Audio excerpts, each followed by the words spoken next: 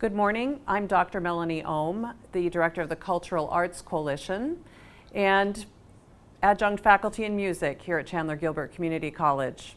Thank you for attending the training today. This is the third in our series, and this training is about video editing for that great video that you shot using either your iPhone or your Android. So today with us once again to help us through the murkiness of video editing with Premiere Pro is Taylor Wellman. Thank you for being with us today, Taylor. Thank you, Melanie. Appreciate it.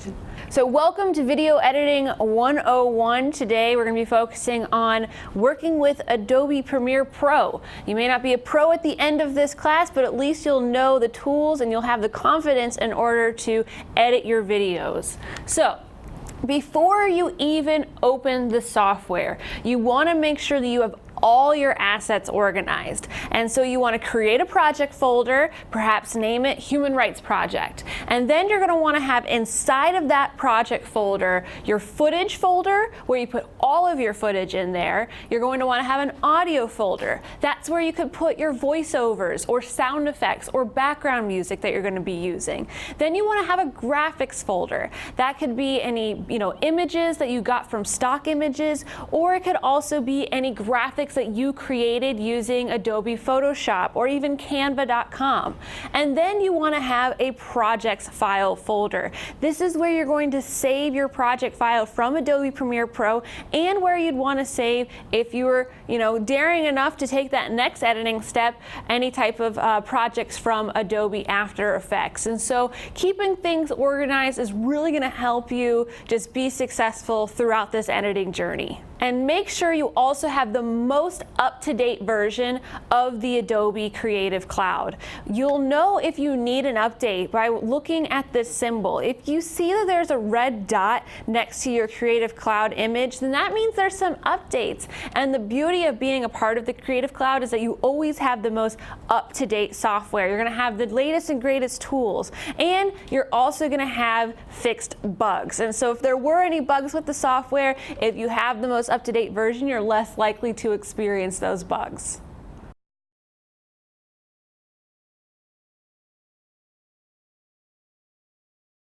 Now let's talk about opening the software. Yes, so you're going to click on the Adobe Premiere Pro program, and then you're going to say New Project. Your first step is going to be naming that project. So it could be Human Rights Project and the date. It could be the name of your project that you're creating. It could be My First Editing Project and maybe the date. Whatever is going to make you remember exactly when you look at that labeled file what this project is, label it that. And then you're going to choose where you want to save your project. You're going to click on the Browse button. And once again, you should know exactly where you're going to save that project because you already created a home for it within your first step. You created that project files folder within your project folder. And so go ahead and you would click on Browse and then make sure that you're saving this particular project file in that project file folder. So a great question was asked of where should I really save my footage? Well, you created that project folder and all the folders within that project folder, and really it's best to keep your desktop clean. And so you're going to want to keep this project folder on perhaps a flash drive if it's large enough, or an external drive. So that way your computer can stay clean and you can have your footage everywhere you go. You've named and chose where you want to save your project, you're going to click OK, and let's get ready to really start editing. So your screen should look like a variation of this. You're going to see that there is a project panel where it would say in the middle to import your media to start. You're going to see that there is a program panel, and then there is a timeline. If you don't see a variation of this screen with these various panels, then you're going to want to go to the window setting at the top, Window, Workspace, Reset to Saved Layout. Whenever you're ready to import your files, you're going to go to that import panel, that project panel, right click and then say import. You can also simply click and drag all of your files into this section. And so if you do already have, as you should, your folders organized between footage, graphics, and audio, you can simply click and drag those various folders into this box, and then it's still going to hold on to those particular folder names. If for whatever reason you just imported everything individually, if you decided to just import your various video files and graphic files and they're all scattered in there, you're then going to want to click on New Bin. A bin is a folder in the world of Adobe Premiere Pro. And so you'd still want to make sure that you're keeping your life organized and keeping your edit organized by clicking on New Bin and then creating, once again, those folders. A footage folder, a audio folder, a graphics folder, and then a sequence folder. To create a sequence, you would simply go to a video file that you have, click and then drag it into the new item icon. The new item icon is right to the left of the garbage can. What that's going to do is it's going to create a sequence that is the exact same frame rate that you recorded your video in, and it's going to be in the same aspect ratio that you recorded your video in. It'll go right into your timeline when you put it in the new bin. And as you can see, we were scrolling the bar back and forth in order to kind of zoom in and zoom out of your timeline. I'm going to go ahead and I'm going to play this section again, so then that way you can see once again how to create a new sequence. You went into your videos folder, you clicked on your video and dragged it into the new item icon that's to the left of the trash can. It then will go into your timeline with, once again, with the frame rate and the aspect ratio of what you recorded in. The reason why this is important is because you want to make sure that your sequence is the same frame rate that you recorded in, or else you're going to have some issues later down the road when you're trying to export. Things might look a little choppy. So this is how you're making a sequence, so that way your sequence settings are exactly the same settings as your video footage. Because sometimes if you recorded on a newer iPhone, you might have gotten 4K files, while if you recorded on an older iPhone, it may have just been 1080. And so instead of having to do a guessing game of what your footage was, this creates a sequence to be the exact same as your footage. Okay. You want to make the timeline, zoomed in or out as large as you want it, so you can see the details of your video clip by either clicking on the plus or the minus button on your keyboard, or at the very bottom there was that scroll bar that you can make larger and smaller in order to once again zoom in or out of that particular file. And then we want to stay organized and we want to put that particular new sequence in a sequence bin or folder. Once again, bins are folders in Adobe Premiere Pro.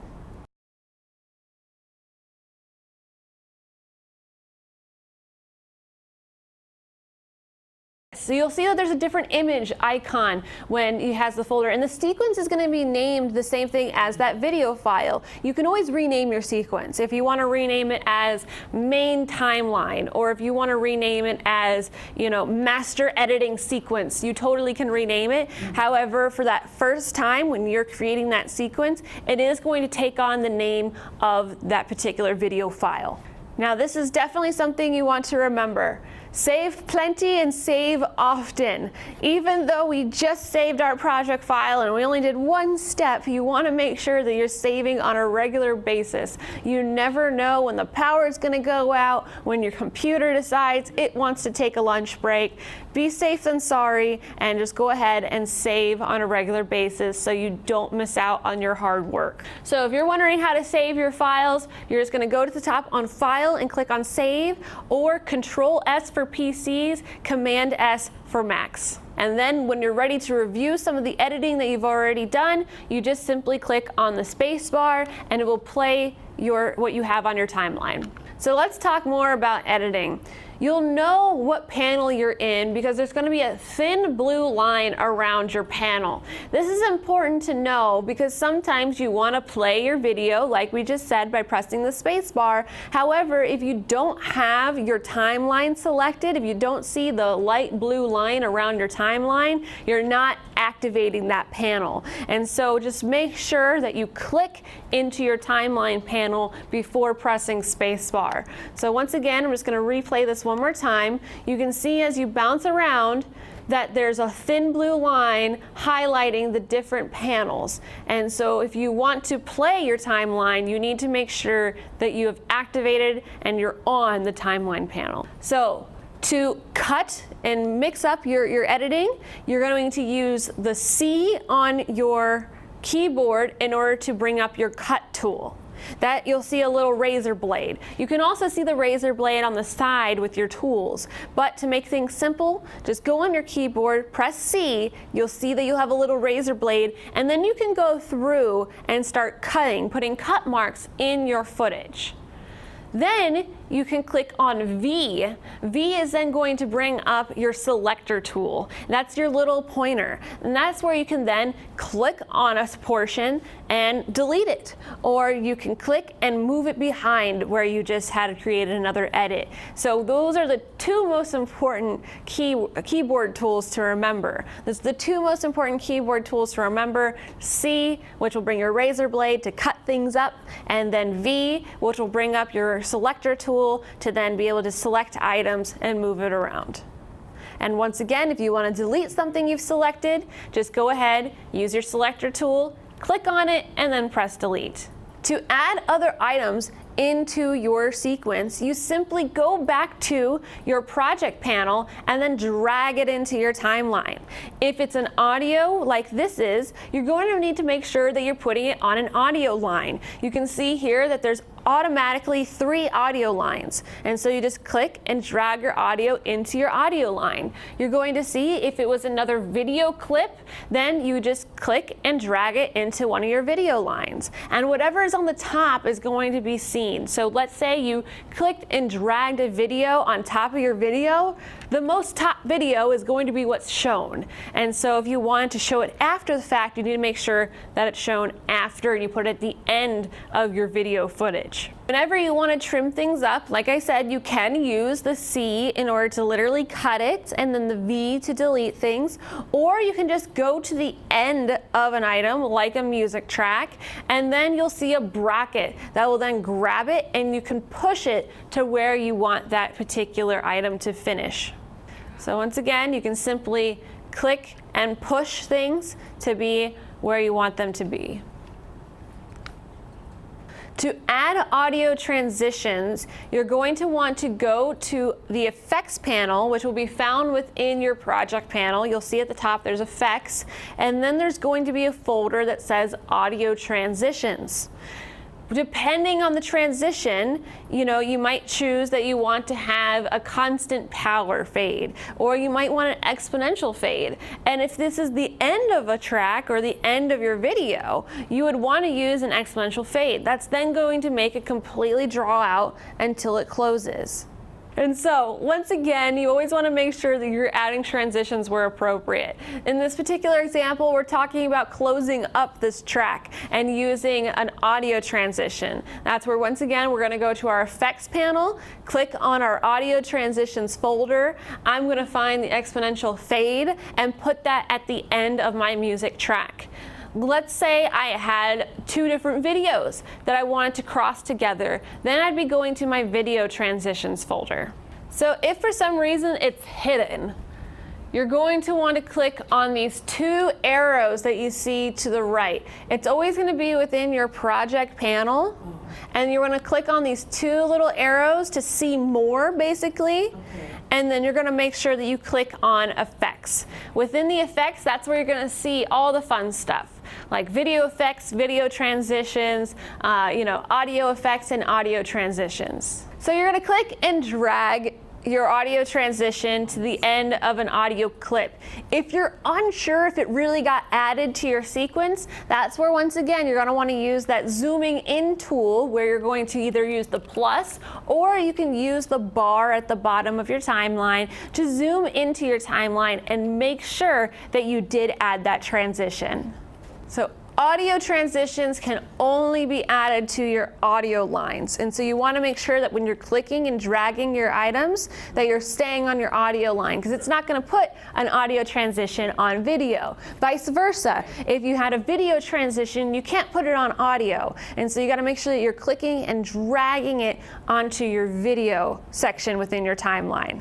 So now let's talk about even more audio editing. When you highlight and click on just your audio line, so once again, we want to go on either audio 1, 2, or 3, wherever your audio is, click on that singular audio line, then you're going to want to go to your essential sound. When you go to essential sound, you can then see that they have different options. There's dialogue, where you're going to click if it's a voiceover track or it's even audio from your video file. You're going to click on music for any music that you add, perhaps if it's a background track. And you're going to click on effects if it was a sound effect like a shattering glass or a bomb exploding that you want to just be a sound effect for. And then you're going to click on ambience if you wanted to have it be an ambient sound. If you know you have the most up-to-date version of Adobe and you're still not seeing Essential Sound, then you're going to go up to your Window tab on the very top of the program and then click Open Essential Sound. You'll then see on the right-hand side of your screen these options. And once again, you have the option of dialogue, music, sound effect, ambience. So when you look at your timeline and the particular clip in audio that you've selected, click on it and then click on the corresponding item.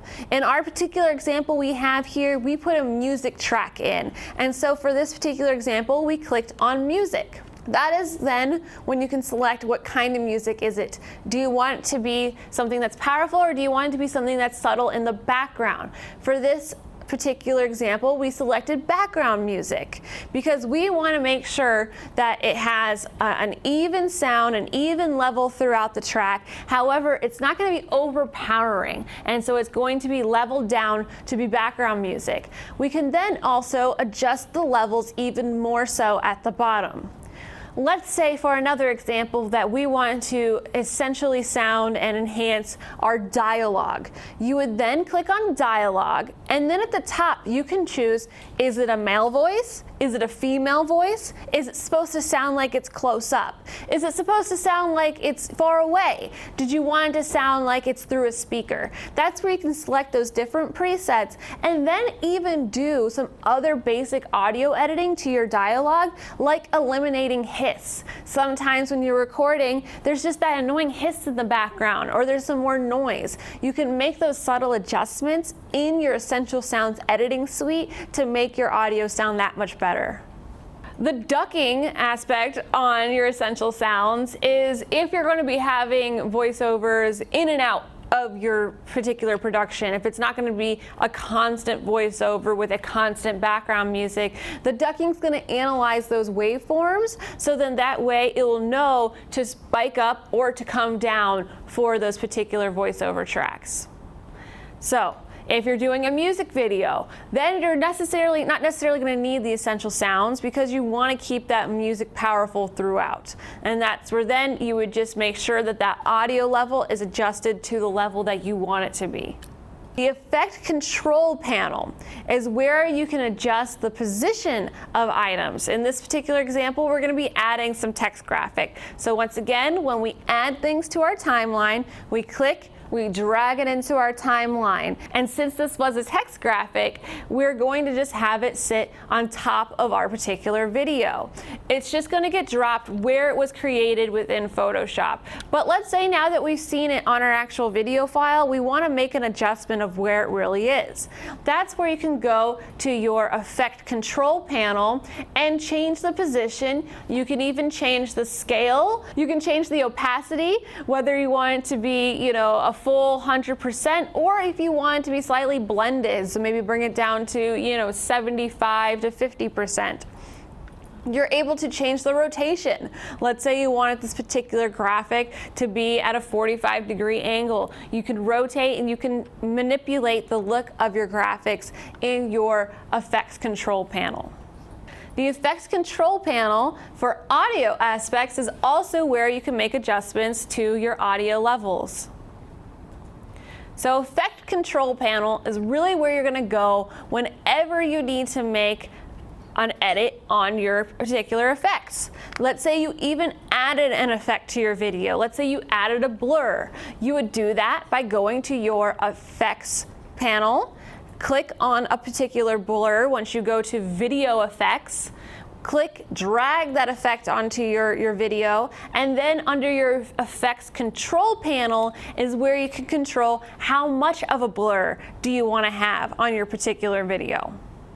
So the benefits of creating your graphics in Photoshop is that you have a lot of creative options with Photoshop, and whenever you need to make an adjustment, if you go back to your Photoshop file and then press save, as long as you didn't move where the file was, it's going to get automatically updated in your timeline in Adobe Premiere Pro. Also, while you're editing, if you realize, you know what, I do want to make an adjustment to this particular file that I created in Photoshop, you can go to your project panel, right-click on that graphic and say Open in Photoshop. It'll then bring up Photoshop right away. You can make your edit, you can save it, and automatically it's going to get populated into your Premiere Pro timeline. You don't have to worry about re-importing the file. And so the beauty of the Adobe Creative Cloud is that everything really works seamlessly together.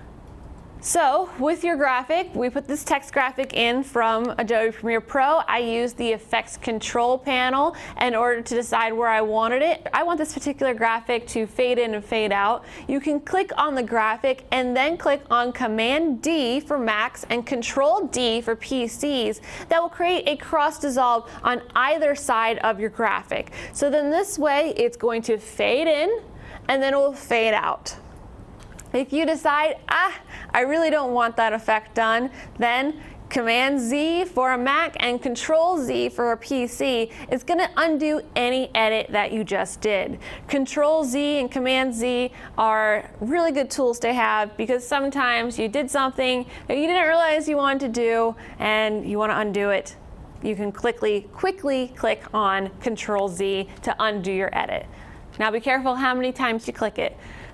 But you could always go back to the file and say redo edit if you realize you clicked it too many times. So if you don't have any video footage, if you just have a lot of text graphics that you want to have on the screen, but you didn't put a background in, you could always create a new solid inside of Adobe Premiere Pro. So then that way, if you wanted to have a solid white color, the size of your sequence, you can do that. So when you're trying to add a new solid, you're going to go to File, you're going to go to New Item, and then Color Matte. You're going to make sure that it's the same settings as your sequence settings, which it should default to normally. And then after you say OK, you can select your color. With your particular example, you imported a video file that was different than the video that you created your sequence with. You'll see that it doesn't necessarily fit within your sequence settings that you have.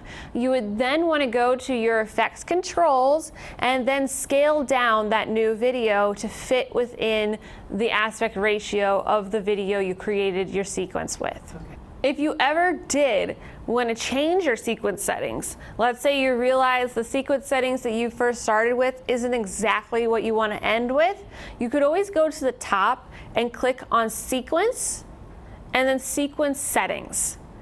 That will allow you to change your aspect ratio if you needed. However, just make sure that it makes sense to make those changes and that you're not going to mess too many things up with your editing. And that's where really, before you even get started with editing, it's going to be crucial that everything that you record is going to be the same setting, the same aspect ratio, the same frame rate.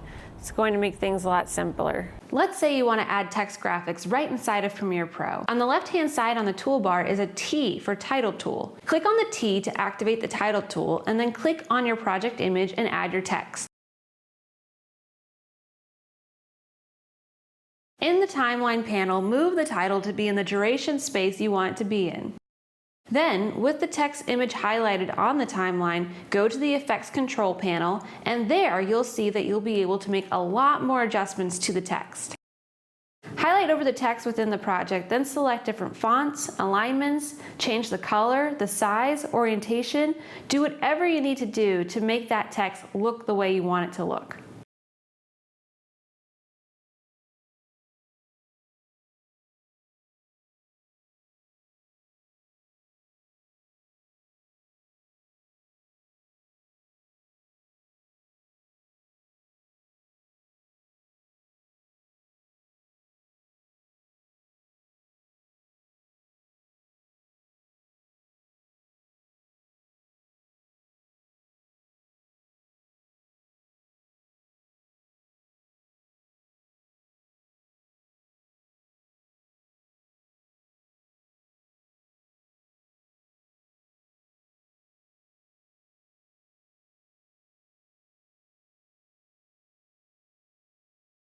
If you want to do more detailed edits, like manually create the fade for example, you can go to the opacity setting and click on the stopwatch to turn on the effect. Have it start at 0 for example, then move up the timeline, click the diamond, and type the new opacity setting. You could also just move up the timeline and type in your new setting, and that will create the diamond. The diamonds you see are called keyframes, and when you're doing detailed editing, you can set these manual keyframes for your edits.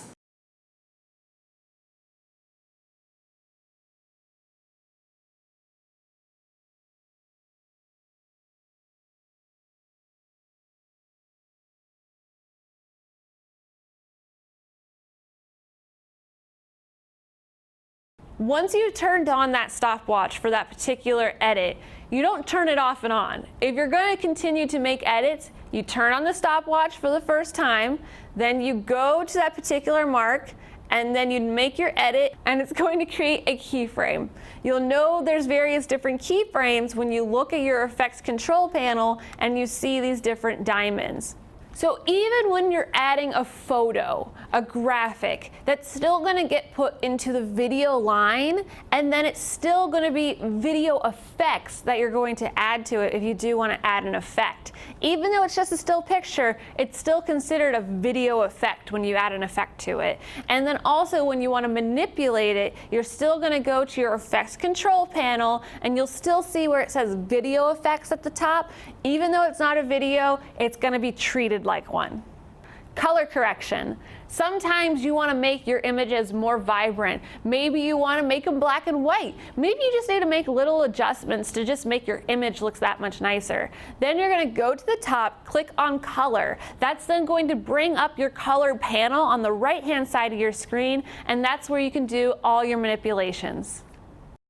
Then, when you're ready to export, you want to watch and listen to your video without headphones. It actually makes a big difference from when you're listening and editing your video on headphones than when you don't have your headphones on. The headphones just manipulates the sound, and sometimes your background music's actually a lot louder when you hear it without your headphones than when you are editing with your headphones. So always review your videos without headphones before you're ready to export. So when you are ready to export your video, you're going to go to the beginning of your timeline and press I for your in point. Then you're going to go to your end of your timeline and click O for your out point. That's then going to highlight the sections between the beginning and the end to say, this is my final timeline. This is the final piece that I want to export.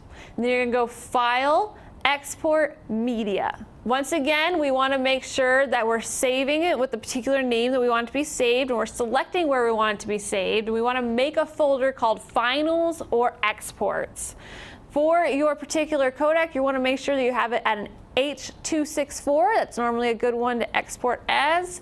And then go ahead and press Export.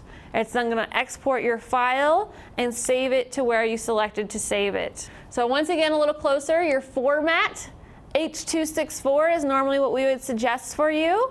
And then you want to make sure your preset is a match source high bit rate.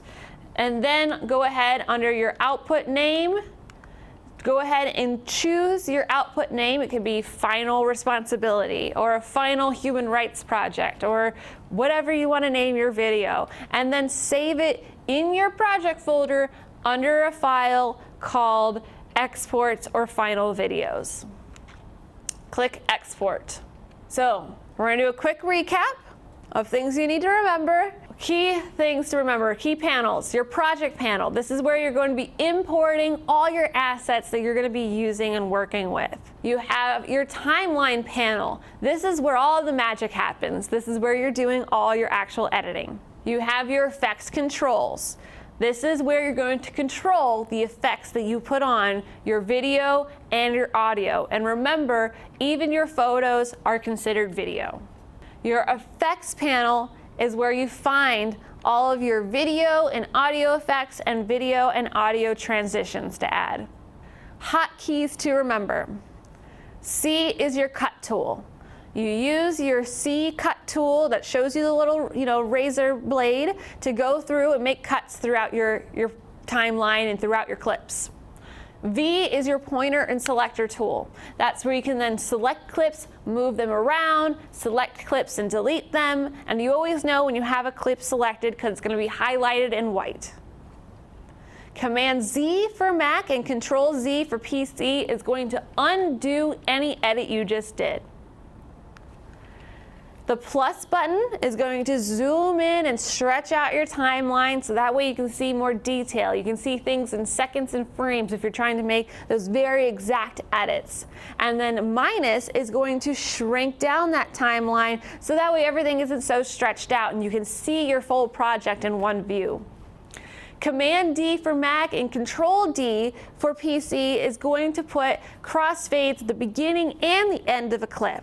And so if you added an image that you want to have fade in and fade out, you just click on that image using V in your pointer tool, click on Command D or Control D, and automatically that's going to put your fades in the beginning and the end of that particular graphic. When you're exporting, I is that in point, that start point, and then O is that out point. So then that way you can tell your computer and software, this is the beginning of my timeline, this is the end of the timeline, and this is going to be the full length of my project. I hope you enjoyed this training and feel more confident about editing so you can edit your project with Adobe Premiere Pro.